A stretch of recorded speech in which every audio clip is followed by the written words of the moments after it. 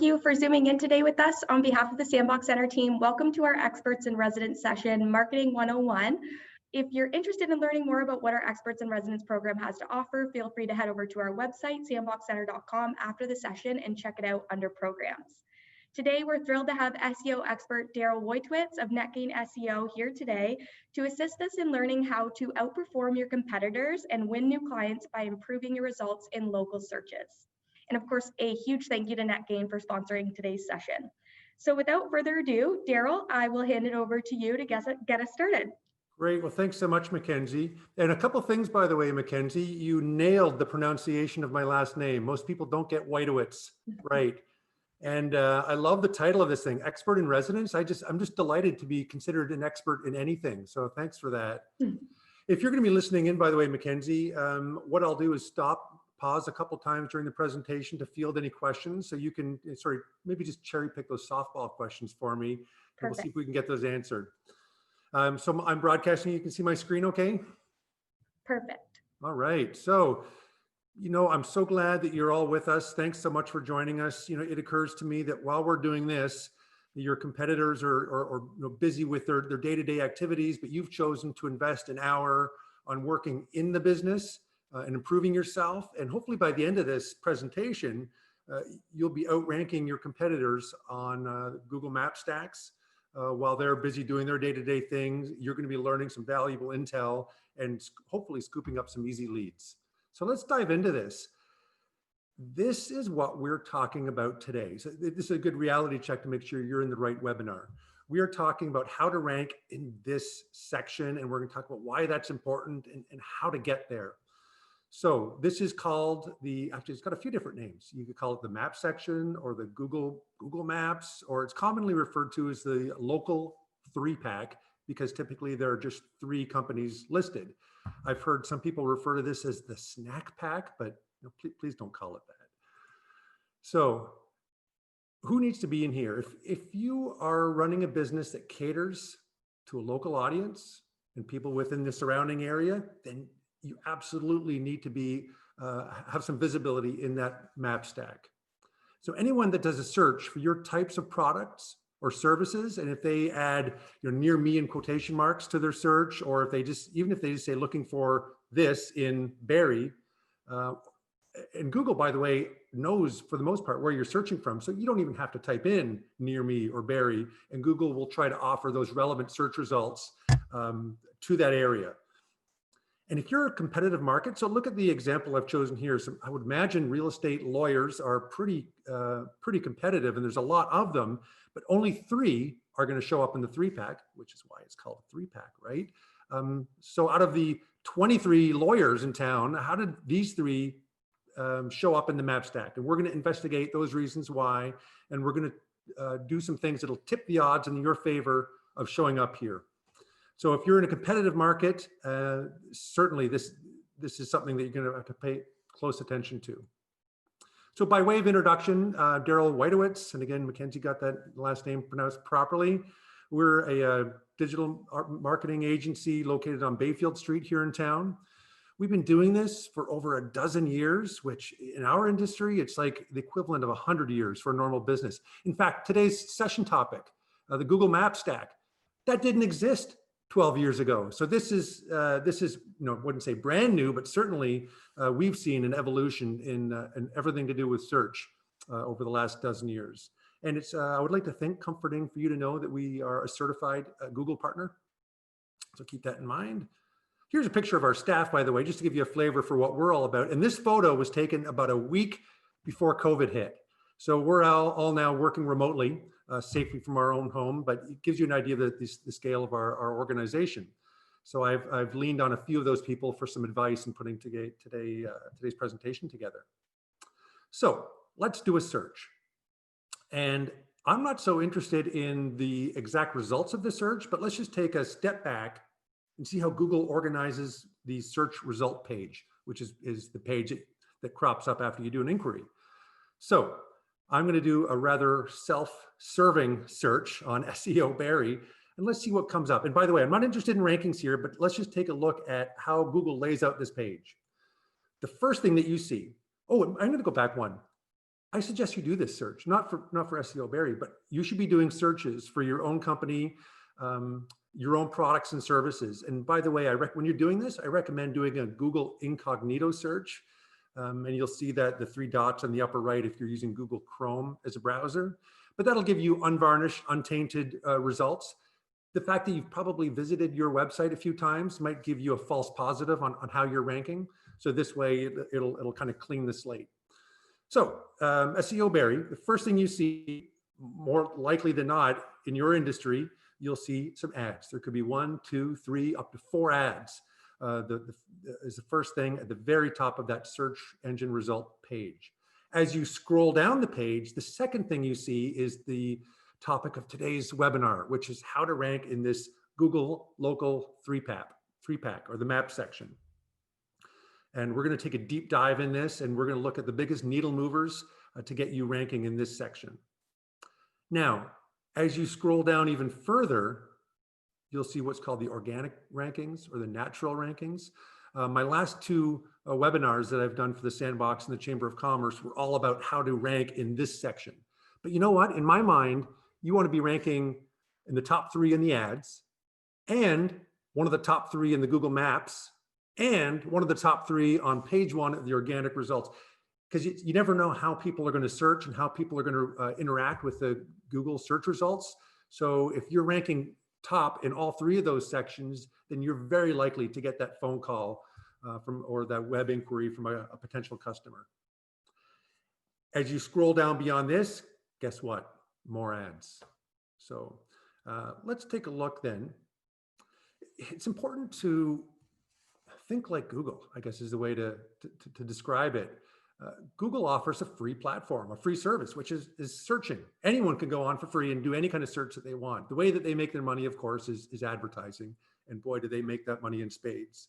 But Google wants to keep their customers on their platform. So it's all about giving the highest quality search results for an inquiry. So keep that in mind as we go forward. Google is all about giving the best value, the best quality results. So it's not going to rank just anyone. So we're going to talk about those things that we can do that are going to impress Google, and hopefully Google will reward us with high rankings in the map section. So it may not come as a big surprise to you that the number 1 ranking factor for Google is proximity. So if you are doing if you're located in Barrie, but your customer's doing a search in, I don't know, Markham or Brampton, you're probably not going to show up. So the proximity is a big factor. Secondly is search relevance, which again may seem kind of intuitive. Google is going to give results based on what the person has done a search for. So what we need to do is take that and explain to Google everything that we do and where we do it. And the more information we can provide Google, the more ammunition it has and the better chance of your ranking. And finally, domain authority. Google would much rather give a search result of a company that's been in business for 5 or 10 years. So if you're listening in on this webinar and you're thinking about opening a business and starting a website, the bad news is you're probably a year away from ranking anywhere on that map stack, but we will look at fast tracking that and doing some things that'll help. So it's also important to think about, not from Google's perspective, but from someone who's doing a search. How do people even use the map stack? Well, I'd say the number 1 is they're looking to come and visit you. So more often than not, they're in the car or they're on their smartphone or their iPhone, and they look at that map section and they want directions or they want an address. The other reason people use it, they want to schedule an appointment, or they want to reach out to you, or they want to make a reservation, or whatever your business happens to be, maybe submit an inquiry or whatever that is. So it's really just paving the path for them to reach out to you. And you better believe that when people are doing a search and they got 3 companies in that map pack, they're going to take a glance at each one of those and see who's got the best user reviews, especially if they've never heard of your company before. It would make sense that they want to deal with a reputable company that has a loyal following of raving fans. What? Nobody told me there was going to be a test this early. All right, we're ready for our first, actually, and I think our only pop quiz. So I'm going to give you 4 companies, and not all 4 of them need to be in the map stack. So let's just take a glance at these 4. And this is kind of a one-way thing. Otherwise, I would ask you personally. But let's go through these. Who needs to be in the map stack? A home inspector? Well, or you could consider an electrician or a roofer or a plumber or anything along that, trades, for example. I'm not going to a home inspector, right? The home inspector is coming to me, but they still need to show up in the local map stack because they offer their services throughout a specific region. So let's say in this case, Barrie. So that company absolutely should be in the map stack. Well, what about a company that does software, maybe not software, but a company that sells their products across the province or across the country? Ranking in the map stack, I would argue, is less important. If you're selling software, or if you're shipping products to Vancouver or Montreal or Calgary, chances are people searching for you are not doing that, doing so in the backyard. So a little bit less important to show up in the map stack. And I would argue the same with e-commerce. A lot of you may already have e-commerce on your website, but if you're a purely e-commerce site and you're selling your wares across the country, then who cares where you're located? So hopefully we don't have anyone drop off this webinar, but for people offering a service within the city or with a bricks and mortar physical address, a car dealership would be a great example. You're going to see them. They've got a physical location and you're expecting consumers to visit you. Absolutely should show up in the map stack. So why optimize locally? If you reflect back on my title slide, it was called local SEO. So we're talking about search engine optimization, doing it locally, which is a little bit different than some other optimization like page loading speed or technical improvements. We're doing things so that people can find you at the exact moment that they're looking for you for local services and local products. And by appearing in the map section, it makes it easier for people to get a hold of you. You'll get more qualified leads, and as a result, more sales. So I would suggest that it is worth it to do some of these simple steps to get you showing up on the map stack. So let's switch gears a little bit and just take a look at the map stack itself and what your listing might look like. So this is what I'm talking about, the Google Local 3-pack. So you'll see in the very top section, we've got the maps and the 3 map pins that are the ones that Google has deemed worthy of being in the map stack, have their little icon with the fork and knife there. You'll see a bunch of other red dots. Those are other companies. I can't remember my search here. It must have been birthday cakes or cupcakes or something like that. All those other red dots on that map are other companies that are also within my catchment area that also offer the same products and services, but Google has deemed them not worthy of being on the map stack with the highlighted listing here. So we're going to figure out why that is. So down below, of course, we've got 5-star ratings. We've got addresses. On the right-hand side, this probably looks a little bit different for searches in your industry, but this particular industry obviously lends itself well to photography. So Google has decided on the right-hand side to show images. The Google Maps section may look a little bit different depending on your industry. Now, there's something that has always annoyed me about the way Google sets this up, and still does to this day. So as someone looking for a birthday cake, let's say, I would expect if I were to click on one of these, so let's say I click on the second one down, Sugar City, I would expect to be taken to their website. That's not what happens. Look, you get taken to a page that looks like this, which is still informative. It's got their hours of operation, their address, the phone numbers, more photos. And on the right-hand side, it drills down to their exact location, but it's still not immediately apparent how to visit their website. And of course, you've got to look to the top left, one of those top 3 gray buttons. So Google is in my opinion, being kind of sneaky about this. Google, I'm sure, would say, well, we're trying to offer Daryl the best possible search results so he can order that birthday cake or drop in for those donuts or cupcakes. But meanwhile, this poor company has just done a brand new website upgrade, and they spent thousands of dollars on a new website that nobody is visiting. which is kind of the sad reality these days, is that people are not necessarily visiting your website. But I would argue at the end of the day, what's really important? I think getting that lead or getting that inquiry from an interested customer, however they should find you, and them phoning in or submitting a web form is more important than them visiting your website. So for that reason, I think we need to spend a little bit of time updating our profiles and making sure that we've got a thorough profile, because we just want that lead. So without further ado, I'm going to show you 3 ways to rank in the map section. So let's look at those. And I'll pause after each one for questions.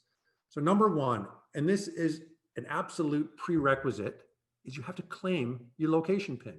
So that location pin is that, of course, that little, in this case, red pin on the map. How do you get one of those? And what do you have to do? And what are the things that you can do that other people haven't done? So let's look at that in greater detail. The good news, it's free, actually free and easy. You need, if you haven't done so already, you need to register for a Google My Business account. And if you already have one, I'm going to suggest that you revisit it and go in and maybe fill in some of the missing gaps. So just do a Google search for Google My Business, and this will show up, and then see on the right, you can register your company and add photos and that type of thing. So let's take a closer look at what that would look like. So once you're all done, so I've just chosen at random, looks like a fitness company here. Once you're done, you'll have all of this information. You're going to input your address, your hours of operation, phone number, your website, adding photos, photos of your staff, photos of the exterior of your building, the interior of building, or maybe photographs of your products that you're selling or services or anything along those lines. Google also loves to see videos. By creating a Google My Business profile, you are also opening up the door for reviews, positive or negative.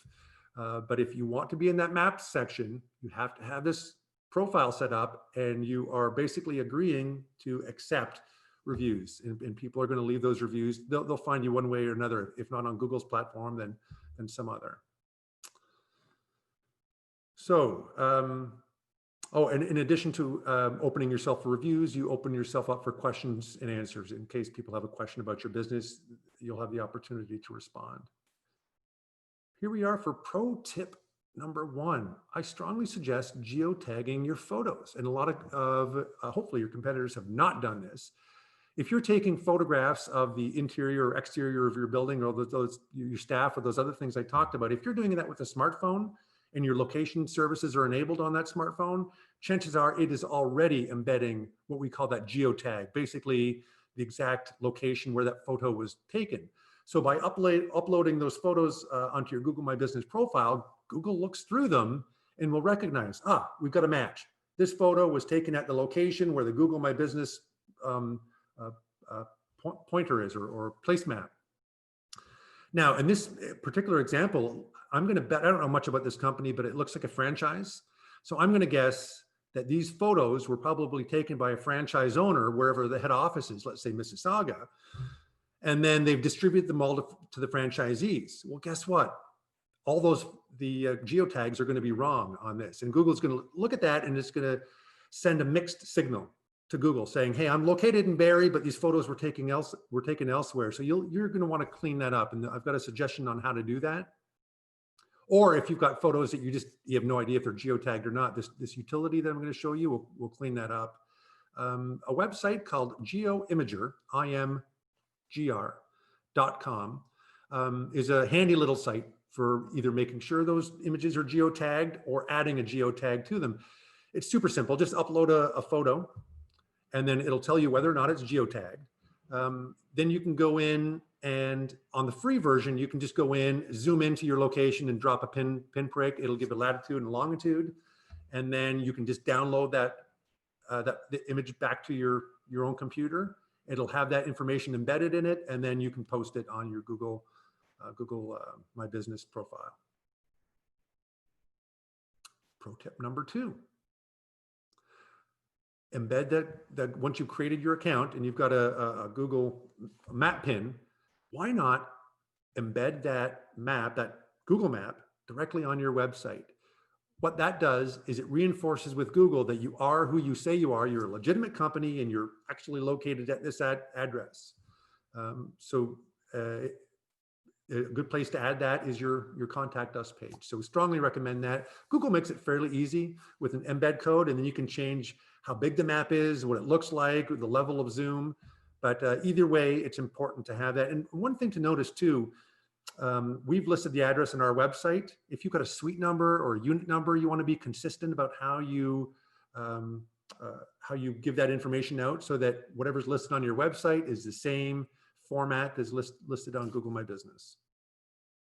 Hopefully that makes sense. Let's carry on.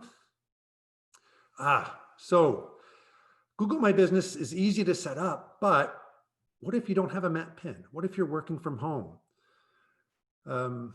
Or you're a service area business that people don't come to you, you come to them. Google has a section for this exact type of scenario. So I was driving in my neighborhood the other day and I saw this lock company, Pop a Lock. And obviously by the nature of their service, if you're locked out of your car or your home, you're not coming to them, they're coming to you. And it's probably, I don't know much about this company or anything about them. It could just be a guy working out of his house with a van, right? So you're not going to go to this person's house. But on Google Maps, they've designated a certain catchment area. So you are more likely to show up when someone's looking for a locksmith or whatever your service is. You're more likely to show up in the Google Maps by setting a service area business. Google still wants to know your home base, but you can choose whether or not to publish it. By publishing it, it will tip the odds in your favor of getting that placement. A good rule of thumb is just see what your competitors are doing, whether or not you've got to publish it. But at any rate, there's a strategy there. There's also some other gray areas, and I get asked about this all the time. Well, I want to be ranking in all these nearby towns. Can I just set up a PO box? Google frowns upon that. Some of their terms and conditions are a little bit ambiguous when it comes to using PO box or UPS type box service. I do know that they have, but in general, they don't do it. They don't like it. They expect a bricks and mortar address where people can go. And speaking of mail, once you've filled out your Google My Business profile, it sounds archaic, but they will physically mail you a postcard with a code on it that you have to enter. The reason that they do that, of course, is to make sure that it's a legitimate address, bricks and mortar, that people can come and visit. But what about a virtual office, which are becoming more and more popular these days? Google has recently changed their terms and conditions around how that's set up. It's fine to use a virtual office if it is staffed around the clock, I mean, during normal business hours, so that people can show up at one of those virtual offices, ask for your company by name, and there'll be a representative there. So that is a fairly recent addition to virtual offices.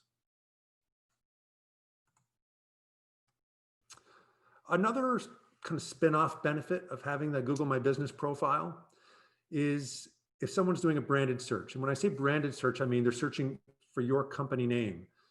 Now, most people aren't doing a search for your company name because they don't know you exist yet, right? They're doing a search for your type of products or services. But in the case where you're getting, let's say you get a referral or some word of mouth business and they say, oh, you should deal with this company. What's the first thing that person is going to do? They're going to do a search for your company, right? So if you do a search for your company name, I would expect doing a branded search that you're going to show up in the top position on the first page in the organic listings. But if you take a look to the right, there's your Google My Business profile with a map embedded, any photos. So someone can see just at a snapshot your 5-star ranking and your hours of operation. So it's super helpful to have, and it can be used in a few different ways. Another thing I like about the Google My Business account is if you're going in there periodically, they'll tell you how people are interacting with your listing. So how many people clicked on the call button on your Google Map listing? How many people visited your website from the Google Map listing? The same with direction requests. If they're coming to visit you, how many people clicked on that button? So you can get some really interesting statistics. This is all free and it's all pretty easy to use.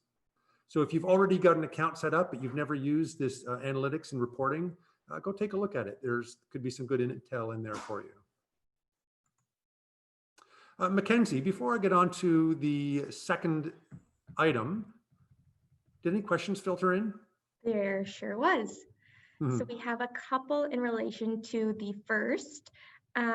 David is asking, are rankings affected by Google ratings? I know you were mentioning the reviews, setting up Google Business and opening up that opportunity Yeah. for people leaving So it reviews. was David that asked that. Yes, Yeah, that's my next subject. So he's just a little bit ahead of me. perfect. Well, The hold answer, on. yeah, the answer is yes. Was there another one there before I move on?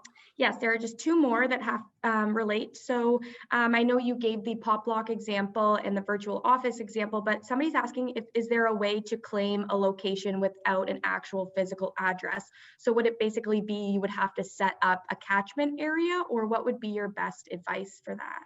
Yeah, the catchment area works. Google does like to see an address, but you don't have to publish that address. That's up to you. If you cater to, if you're like a service-based business and you do not want people showing up at your front doorstep, Google still wants to know what that address is, but you would just choose not to publish it. Again, Google needs to physically mail out a postcard to you, and then you need to write that. So it has to have somewhere to send that. So the answer is yes, you need the address, but no, you don't have to publish it. Okay, You perfect. mentioned And there's one one, more? yes. Do you have to geotag the photos before you upload to Google? Yeah, that I believe so. Once it's uploaded, I don't know that you can go and change that information. You might just have to remove that photo and then re-upload a geotagged photo would be my recommendation. There might be a way to do it, but I think the path of least resistance would just be just remove that photo and then upload the new one with the geotagging, if it's a direct replacement for an existing photo. Perfect. Thanks, Daryl. My pleasure. So let's get on to David's question about do reviews factor into your Google ranking? Yes, absolutely. That's the aside from having that account set up, it's probably one of the more important things to get you ranking, and it's important for a few reasons. So we're going to go over that. Now, there's lots of reviews out there you can get on the web, right? Facebook reviews and Yelp reviews, and then there's review aggregators, companies like Trustpilot, or there could be industry-specific review sites. If you're in the housing industry, remodeling, it could be that company called House. Google doesn't really care about any of those. Remember, this is a webinar on how to rank on Google Maps. So which one of these do you think is going to be most important? It's going to be Google reviews, right? I'm not saying don't solicit Facebook reviews or Yelp reviews or any other reviews, but just don't kid yourself into thinking that's going to move the needle on your Google Map stack ranking. So what we're focused on for the purpose of ranking in the map stack are those Google reviews. So let's look at a couple of examples and just talk about how powerful reviews can be in both the eyes of your visitor or prospective customer and also in the eyes of Google. So I did a search here for, it looks like employment agency, or I might've typed in staffing company in the Bay Area, and this is what came up. Now, which of these companies would, as a customer or possible client, would you feel most comfortable dealing with? I think the answer is pretty obvious. It would be that last one. They've got it's not perfect, but 4.3 star rating with over 100 reviews. Now, granted, I think I've selected an industry, especially if it's like temporary staffing, that might be prone to bad reviews. But still, you can see how powerful that is. I mean, really, I'm only making one phone call to a company, and that's going to be that third one. But just a moment ago, I said how having all those Google 5-star reviews is going to help you rank. So the question is, for the cynical folks that are listening, how did those first two even get into the listing? Again, it's not one thing, right? It's a bunch of things. So it could be that going back to proximity, these were the closest firms to my location where I was searching from. Or it could have been that search relevance, the exact term that I used, and I can't remember what it was, staffing agency or staffing company or whatever that term that I used was. Maybe they have those exact words written somewhere on their website and Google thought it was a hit. Or maybe that company, Universal Staffing, even though they got no reviews, maybe they've been around for 20 years. I don't know. Or it could well be that Google just didn't have any better alternatives and that these types of companies aren't great with soliciting reviews. Let's go on to another example. All right, we're looking for a dentist. So which of these three dentists are you going to use? I see that second one there has got a higher ranking, but only 13 reviews. Whereas, look at that, 332 reviews for Georgian Dental. That is off the charts. And I think this is an old screen capture. It's probably even higher now. So there's a risk here. If you're that second company, Simcoe Dental, and you've only got 13 reviews, or maybe take a look at your reviews, maybe you've only got 2 or 3, you leave yourself exposed. If you get that eventual bad review, it's really going to drag down that average. So Georgian Dental probably early on got a couple of bad reviews and then said, you know what, there's nothing we can do about a bad review except for solicit a bunch of positive ones, which will help bring our average up. And so they've done a fantastic job of doing so. And then there's poor old Dr. Craig Williams at the bottom. How on earth did he make it with all the dentists in Barrie? How did he make it onto that map stack? Well, the answer is he was a 30-second walk away from where I was doing my search. So Google's thinking, well, Daryl's got a toothache and he needs a dentist like pretty quick. He may not care whether they've got 4.8 ranking or no reviews. So in that case, it was based, I'm sure, just on proximity. So how do we get more reviews? You may be in an industry, dental industry is a good example.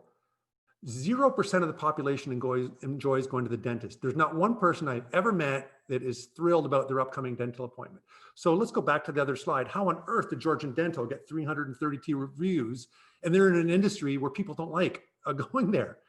Well, the answer is they asked their clients. Or you could be in an industry that is maybe considered by some to be a little bit unsexy or boring. Maybe you sell insurance, or maybe you sell accounting services. It's not the type of service where people immediately think, oh, wow, my insurance agent has done such a great job, I'm going to give them a super review. It doesn't occur to people.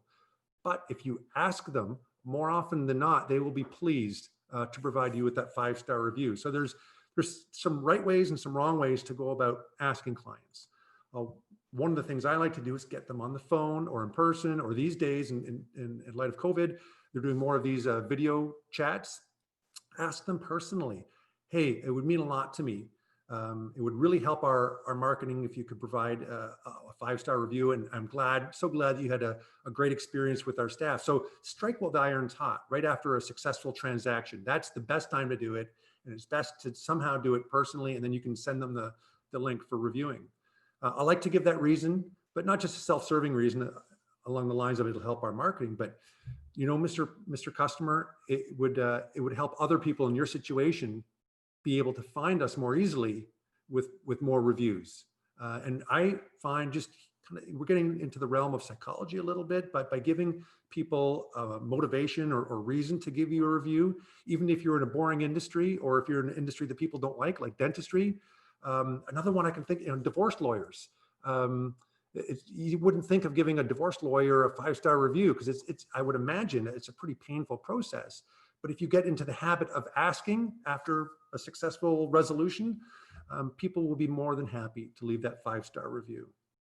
Now, you may be thinking, oh, wow, we've been in business for 5 years and we haven't asked anyone for a review. Let's go to our old customer base and shoot out a broadcast email with a link for giving a 5-star review. You could do that. Again, it's taking out that personal approach. And if you do decide to go down that route, I would suggest doing it in batches. The reason being is it'll send up a red flag to Google. They haven't had any or many reviews in the last 5 years. And all of a sudden in 1 week, they got 37 reviews. And then another year goes by with none. That throws up a red flag, and it makes Google awfully suspicious that those reviews may have been paid for or something like that. So if you decide to poll your old customers, just do it in segments, and it's good to spread that out over a series of weeks or months. All right, that's strategy number 1. Strategy number 2 is train your team. And I reflect back on that dentist. I guarantee you, and I don't know anything about that company, but I guarantee you that they have a culture embedded within all of their staff, whether you're a hygienist or an office worker or whoever it is, to be asking for those reviews. Incentive.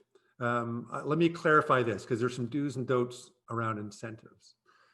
It violates Google's terms of service to offer your clients any sort of discount or perk or bonus or 25% off your next order, you cannot give them any sort of incentive. That violates the terms of service and you risk getting delisted. Don't do it. It's not worth the risk. However, you can certainly incentivize your own staff if you're in that kind of environment. It's funny. Again, I go back to human nature, and I've heard examples of people rallying their staff together to let's beef up these reviews, and let's go and ask all of our clients for these Google 5-star reviews. And then 3 months goes by and nothing happens. But the moment that they give their staff a bonus for every 5-star review that comes in, suddenly the floodgates are open. So even human nature being what it is, you need to find something internally maybe to reward your staff for bringing in those 5-star reviews. And the third thing, you're so close. You've gone and asked for that review. You've given them a good reason. You've obviously provided great service. Don't fumble the football on the 1-yard line. You've got to roll out the red carpet and make it super easy. So don't just have that conversation and then leave it to your customer to go and somehow find your Google My Business profile and then find out where to, no. Make it super easy. One way to do that is by having a button right somewhere on your website, your homepage, or wherever you decide to put it.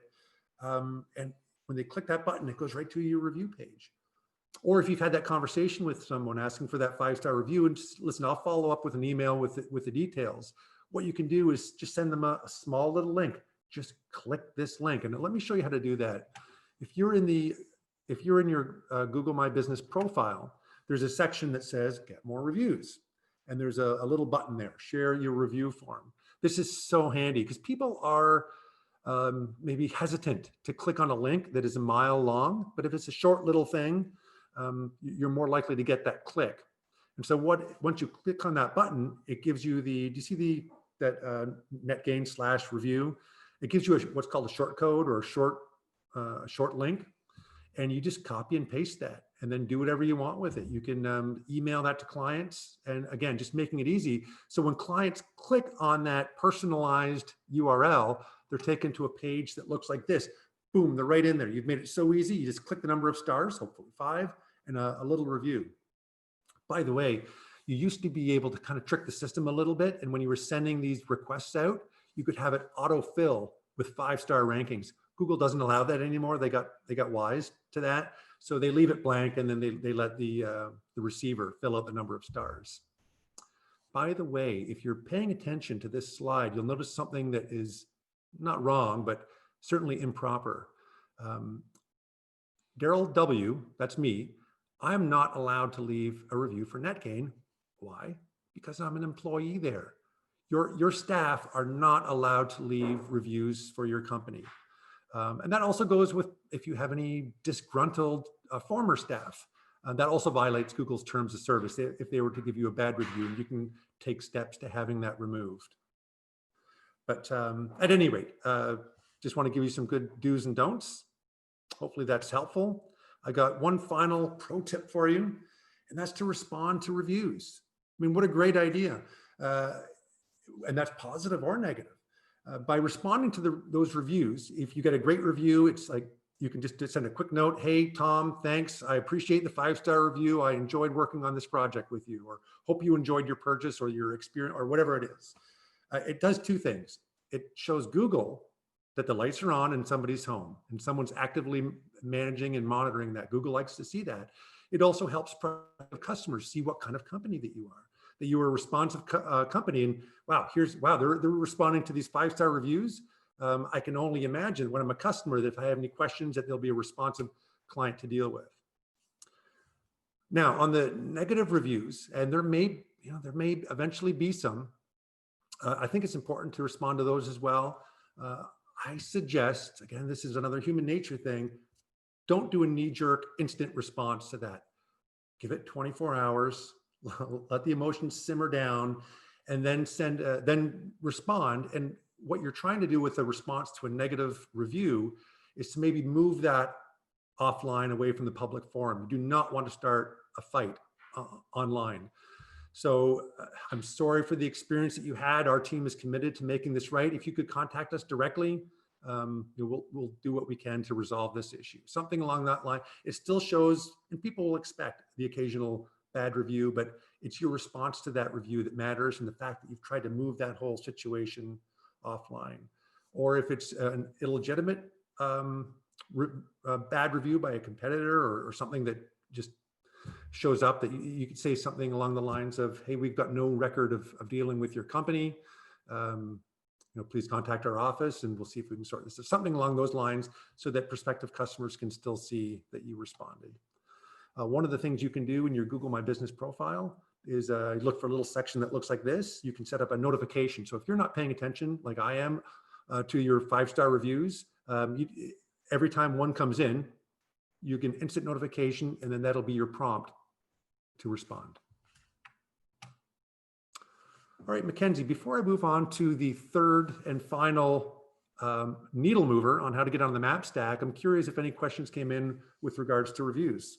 We do have a couple of questions. So first off, Patty is asking, is there a way for people without Gmail accounts to place a review on our Google page without creating an account? I guess if their client has a Gmail account, they ask for a review on Google.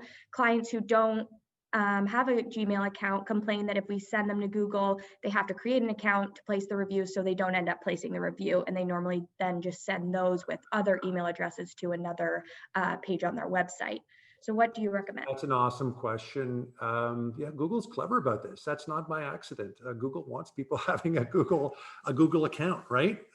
So they've done that by design, and I appreciate that could be irritating, which is, same with you could argue though the same with the Facebook. I mean, you can't leave a Facebook review unless you've got a Facebook account, right?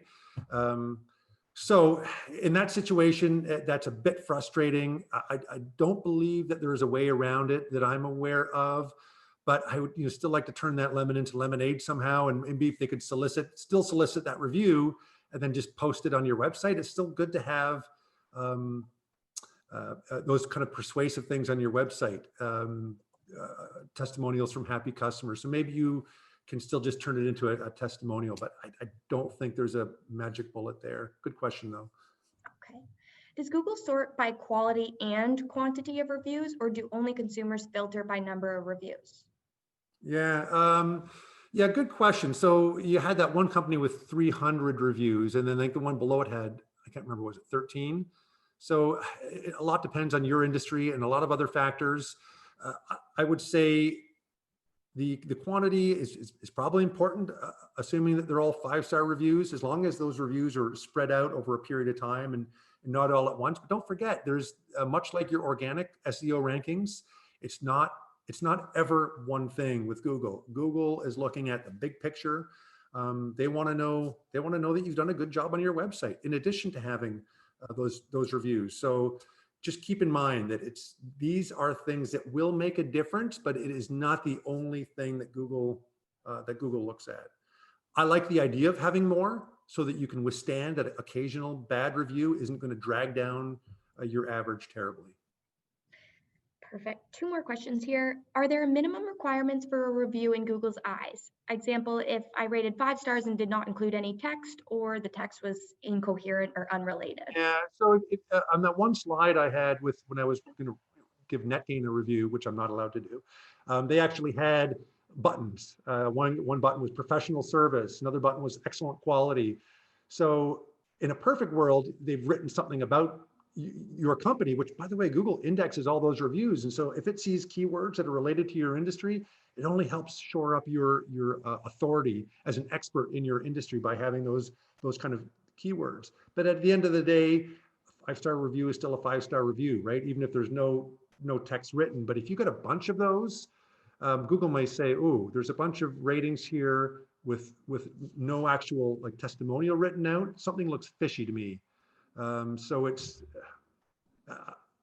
it's not great to receive one of those with no actual written testimonial, but it still counts. Right. Okay, perfect. And how often do we need to add a new post, news, updates to Google My Business? Daily, weekly? What would you recommend?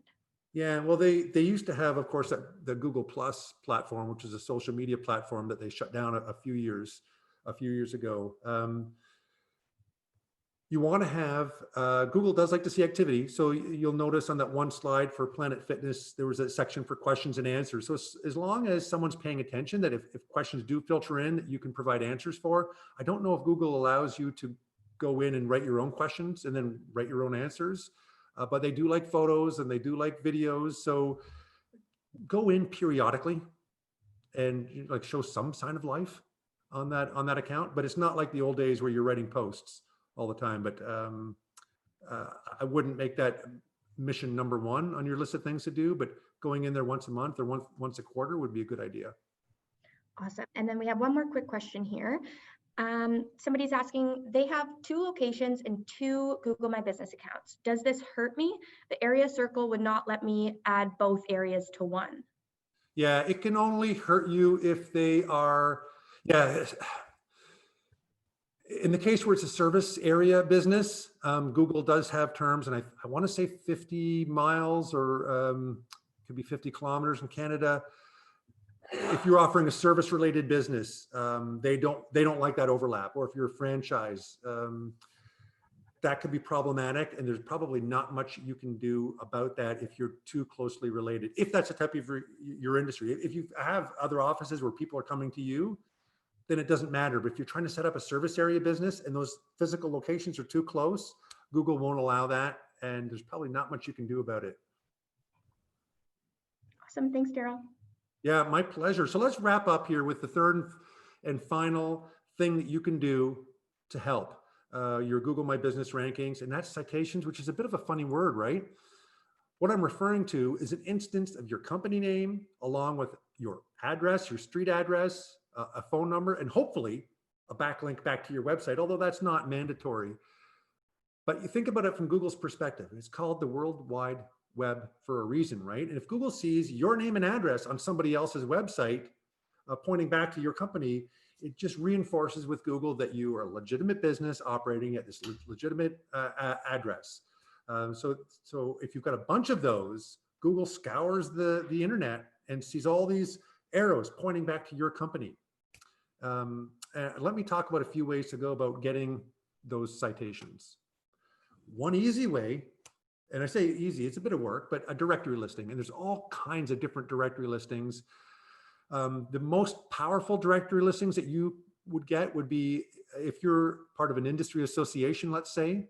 A lot of those associations will list their members. So if you're a member of something like that, and you've got a company name, address, phone number, and maybe your link of your website, well, that's huge, because then Google can connect the dots and say, oh, we've got this company and this industry, and this is what they do, and here's the backlink. Or if you've got any special accreditations from that person or that organization that accredited you, if they got a section where they list their accredited members, that's also huge. Another way to go about doing it is by location. So if you're not part of an association or anything along those lines, there's all sorts of local type of listings. Things that are specific to Simcoe County or specific to Barrie or York Region or whatever it happens to be. Chamber of Commerce is a fantastic example. They got a member directory. Google looks at that and sees that you're a member of the chamber or whatever other local listing. And the next step would be web directories. And there's a ton of them. So here's a website. I urge you to take a look at Whitespark.ca. You'll see it listed in the top left there. And they will list the top citation sources by country, sometimes by city, in some instances by industry. So any one of these on its own sends a fairly small or weak signal to Google. However, if you've got, let's say, 24 of these web directory sites all pointing back to your company, they'll see that you've gone to a fair bit of effort to create these backlinks. And so in aggregate, that amounts to something. And it just shores up Google's faith that you are who you say you are. Here's another little tool that free tool that you can use. This is from a website called Moz, M-O-Z, Moz.com. And if you go /local/search, there's a handy little utility here where you can choose your company, your country, your company. It may auto-populate your street and address, but what it's going to do is it's going to look for your existing citations.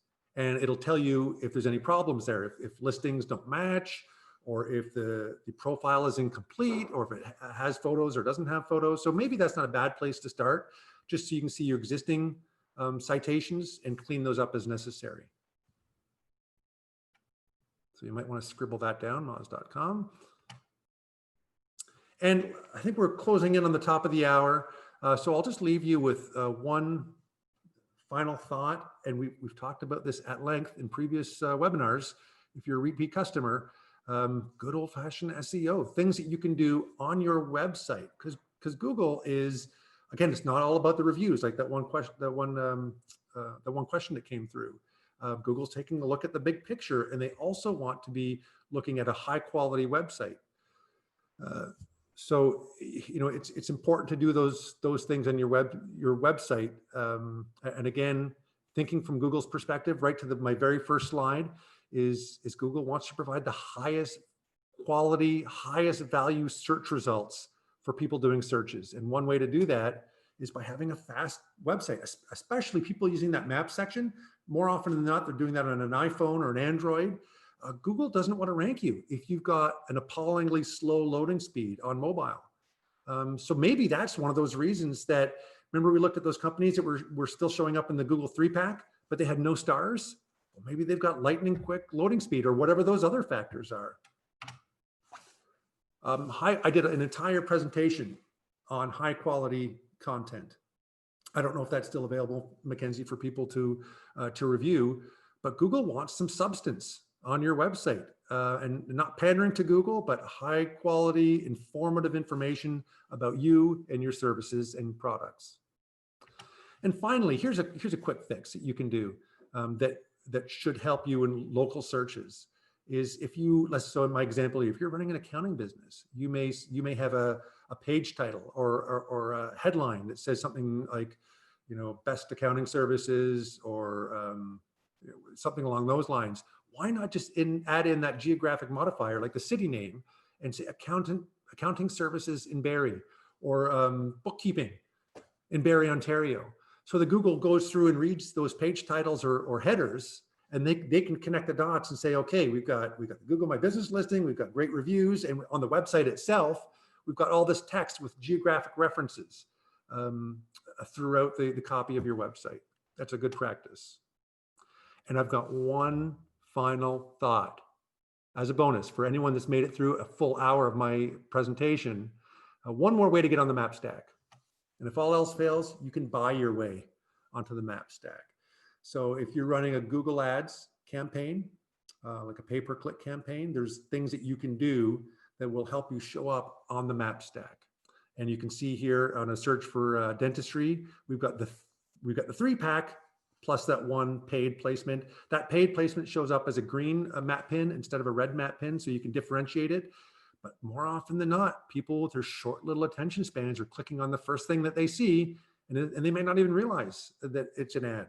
So there's another way, especially if you're a new business or you're super competitive, you can just pay your way onto the map stack. Well, I hope that's been an informative session. I'm always looking for suggestions on next topics. So we were just a moment ago talking about Google Ads and digital advertising and pay-per-click advertising. I've got that as an idea for one of my presentations in early 2021. Or another topic that always fascinates me is web design, but not just pretty pictures. Web design to help convert visitors into customers, and those things that are proven to help once you've done all this work to get people to find your website. Now we've got to encourage them to take that next step.